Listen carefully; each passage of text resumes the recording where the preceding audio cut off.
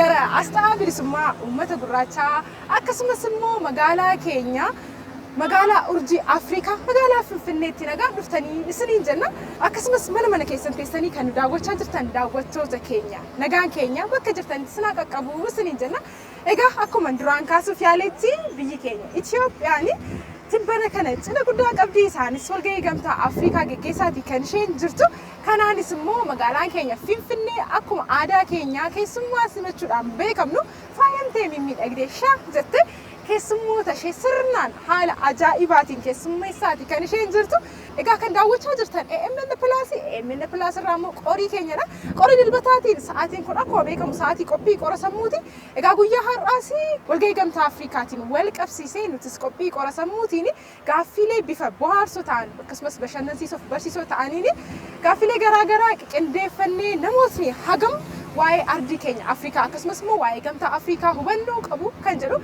qoruudhaaf magaalaa bareedduu kana keessa shaa jechaati kan jiru isinis eessa yoo sandeemin riimootii keessan kaastanii chaanaalii keenya AMN Plus osoo hin jijjiirin haga xumura sagantaa keenyaatti yoon waliin turtanii hin bohaartu akkasumas immoo hubannoo gadi fagoonni argattu jedheen amanaa turtiin keessan ammallee AMN Plus sagalee dhalootaa waliin haasa'u yeroo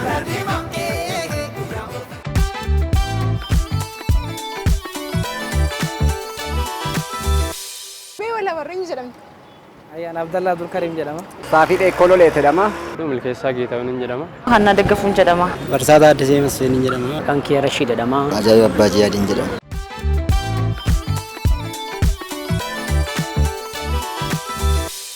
gidduu kana egaa Finfinneeni sagantaa jabaa wayii qopheessaa jirti. Waa'ee gamtaa Afrikaa beektaa laata? Gamtaa Afrikaa yoo kaasnu wanti yaadatamu waa baay'eedha. Fakkeenyaaf Itoophiyaan biyyoota Afrikoota keessaa Itoophiyaan hin koloneeffatamne. Itoophiyaan hin koloneeffatamne gaafa jennu biyyoota amma Afrikaa fi biyya bakka gatii guddaa daba kenneedha. Maal fa'aa mari'achuu danda'u itti addamee achirratti isaan? Waa'ee uummatuma Afrikaa hin mari'atamu. Waa'ee haala tasgabbii Afrikaa nageenya biyyattii. Wanta tokko irratti wanti wal gahuu fi waan bade san sirreessuu fi OIM waan wayii ijaaruudhaa fi wal gahaa jechuudha. Waan haaraa ijaaruu fi OIM kan ijaarame yoo badaa jiraate isa san sirreessuu fi akkasitti wal gaha. Kanaafuu yaa'iin gamtaa Afrikaas kanumaa fechaa jirta? Akkasuma wal qabataa yaadan akka kiyya. Tokkoffaa qindoomina biyyaatiif walitti dhufeenya biyyaati kan isaan mari'atanii firooma isaanii walitti hidhama firooma isaanii cimsuudha. Yeroo baay'ee kan isaanii biyyoota Afrikaa gidduutti eeyyeen hojii isaanii walii wajjiniin cimsachuu fi kaayyoo isaanii walitti fidaniitu bakka tokko ga'uu fedhan. Waa'ee qilleensaa irratti mari'achuu danda'anii. Qilleensa akka maal ta'u? Fakkeenyaaf akka ho'inni kun ho'inni jiddu galeessa akka ta'aa deemuuf akka ho'inni hongeen biyya mudanne waa'ee ashaaraa magariisaa waa'ee ashaaraa qilleensaa kana to'achuu danda'u madaaluu danda'u waan kana irratti illee kan mari'atan miidiyaa irraan dhagayan ture. Waa'ee akka kanaa jandaalee akka kanaa jecha. Biyyoonni gamtaa Afrikaa biyya keenya kanatti wanti mari'atan waa'ee Afrikaati. Waa'ee haala Afrikaa guddinni Afrikaa keessatti gahee isaan qaban haala kamiin akka sochoonu biyyoota guddatan biyyoota akka Awurooppaa, Eeshiyaa, biyyoota Faransaay, Ingilizii akka biyyoota guddatanii kanatti akkaataa ittiin guddatanii gamtaa tokko ta'anii haala jiruuf jireenya isaaniitii fi jaalalaa fi sochii ittiin guddina kan waliin hundeessanidha.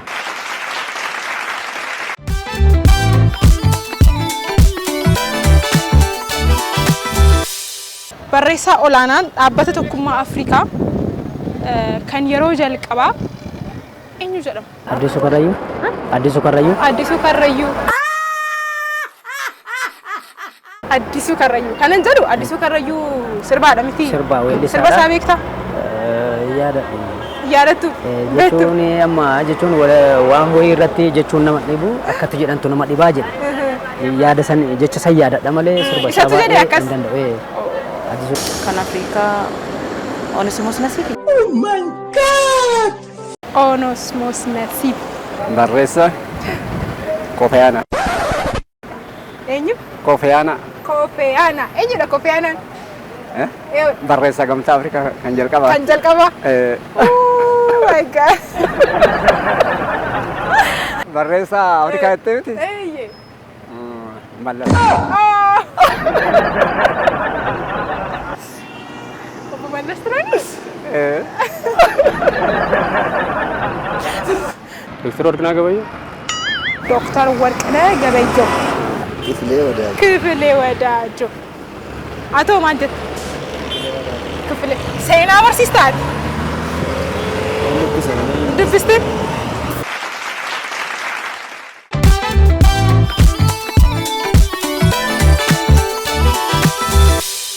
Biyyoota gaanfa Afrikaa jedhamu dhageessee beektaa? Beektaa miti? Yaa'u akka tasatti hin dhaga'e.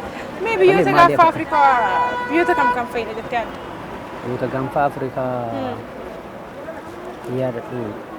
Biyyoota Afrikaa keessaa biyyoota muraasa. Biyyoota Afrikaa keessa. Itoophiyaanis Afrikama keessa jirti. Kanaafuu mee kan beektu? Itoophiyaan. Egypt. Gibs. Tigraay.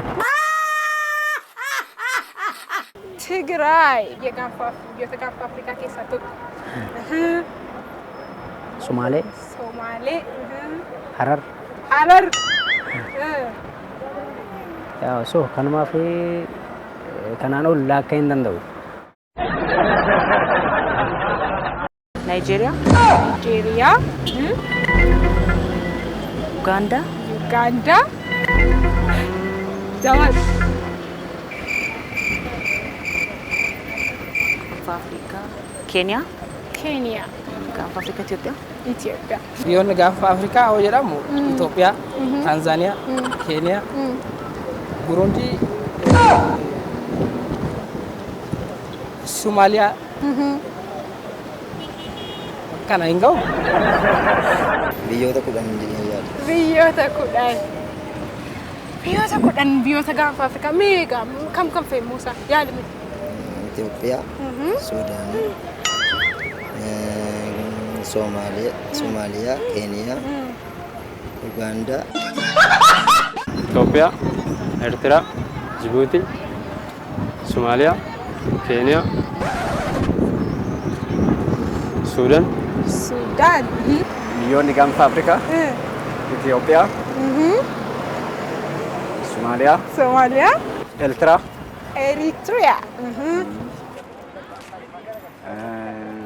Suudaan.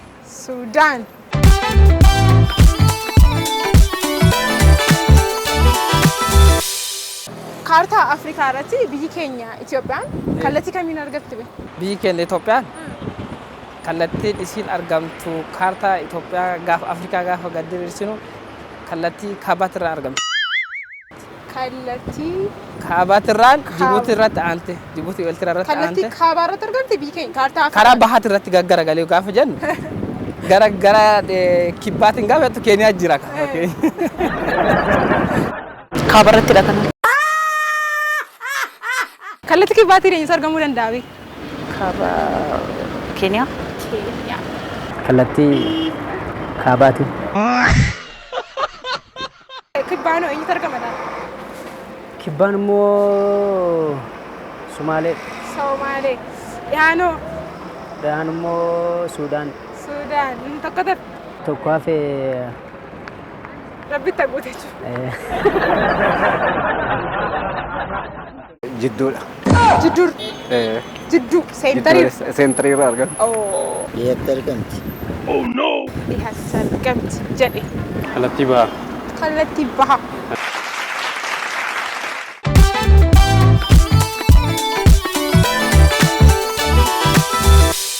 Sadarkaalee gadaa beektaa? Gadaa Oromoo. Gadaa Oromoo kallachiin jira, bokkuun jira. So kanumaafi. Tolaatu. Sadarkaalee gadaa keessaa tokko sadarkaa itti makooti. Sadarkaa itti makoo. Sadarkaan itti makoo kuni umurii meeqaa haga meeqaa keessatti hidhattee yaadda? Umurii 40 irraa hanga 60tti.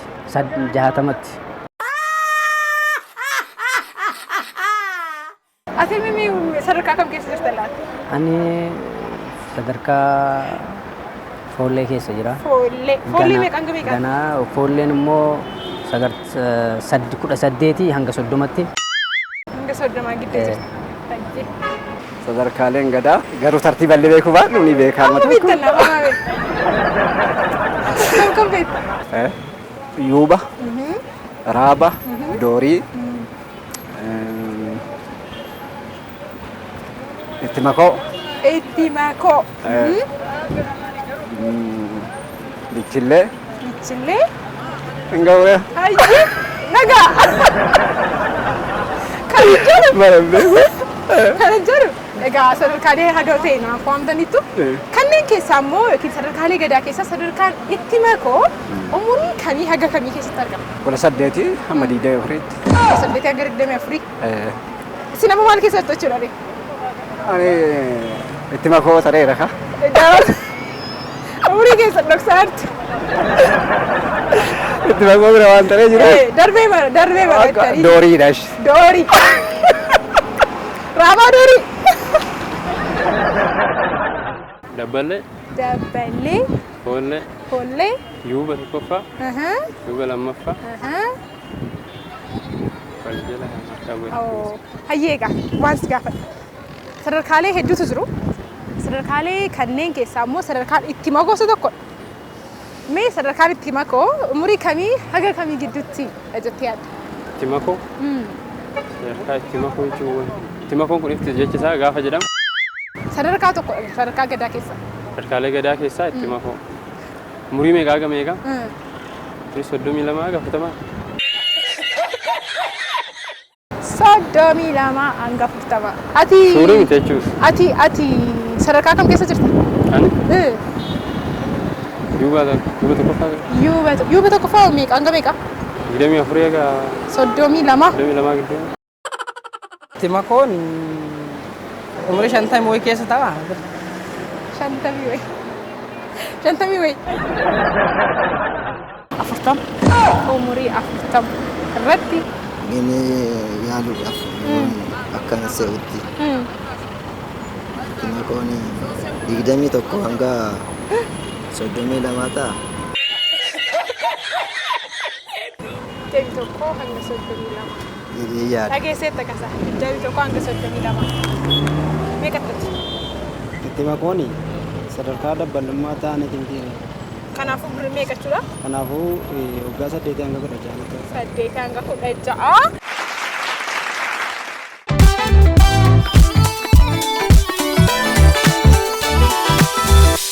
Biyyi ardii Afrikaa irratti argamtee garuu baay'ina piiraamiidii hedduu qabdu yookiin baay'ina piiraamiidiitiin sadarkaa jalqabaa irratti jirtu kam? Itoophiyaa. Itoophiyaa. Tambaa malee ta'e nan taatu. Talaga Itoophiyaa jettanii gaaffii wayii gaafadha. Mee piiraamiidiidhuma Itoophiyaa keessatti beektan naaf waama. Piiraamiidii Itoophiyaa keessatti beektan. Eessatti argama piiraamiidiin Itoophiyaa keessatti? Kan inni argamu naannoo Booleetti argama.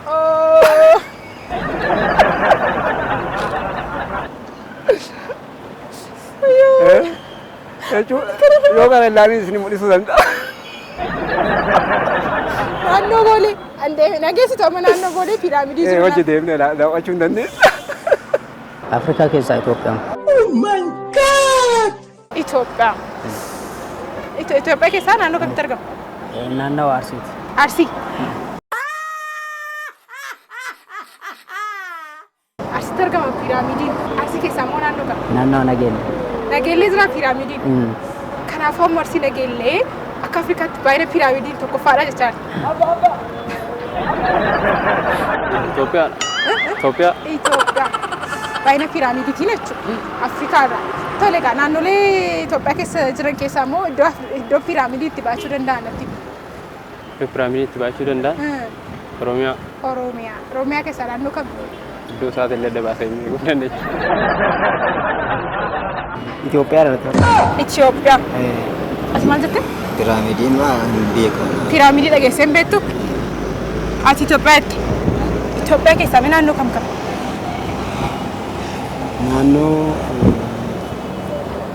Naannoo fakkeenyaaf Finfinneen mana fudhachuu dandeenya. Finfinnee keessa jiru. Oromiyaadha jechuudha. Baay'inaan bal'atee kan jiru. Oromiyaadha Hayyee. Itoophiyaa. Itoophiyaa. Mee piraamiidii Itoophiyaa keessa jiru tokko dha. Kenya. Kenya.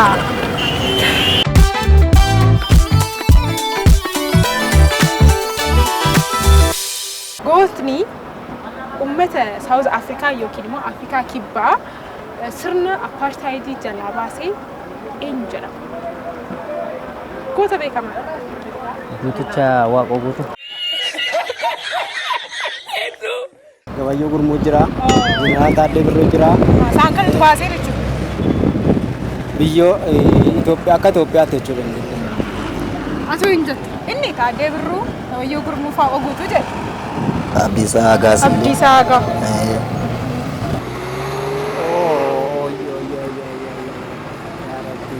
Goota beekamaa wayii.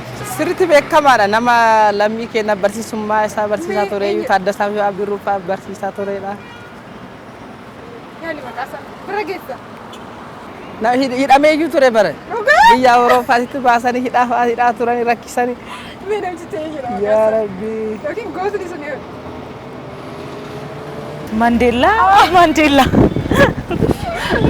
Nelson Mandela. Nelson Mandela. Gurraacha Afrikaa yookiin Nelson Mandela. Nelson Mandela.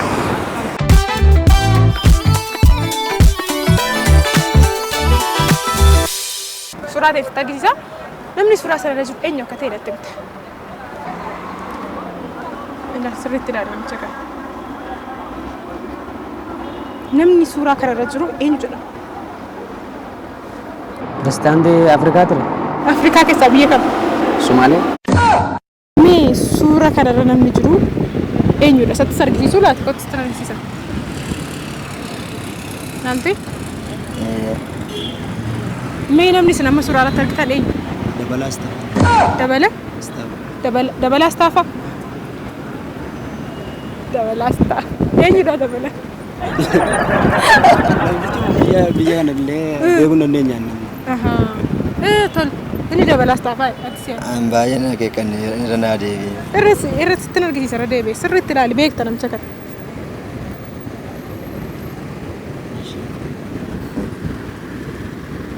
Eenyu? Akkuma inni jedhan ta'uu. Ishee taanaa muummicha ministeeraa. Kan Itoophiyaa.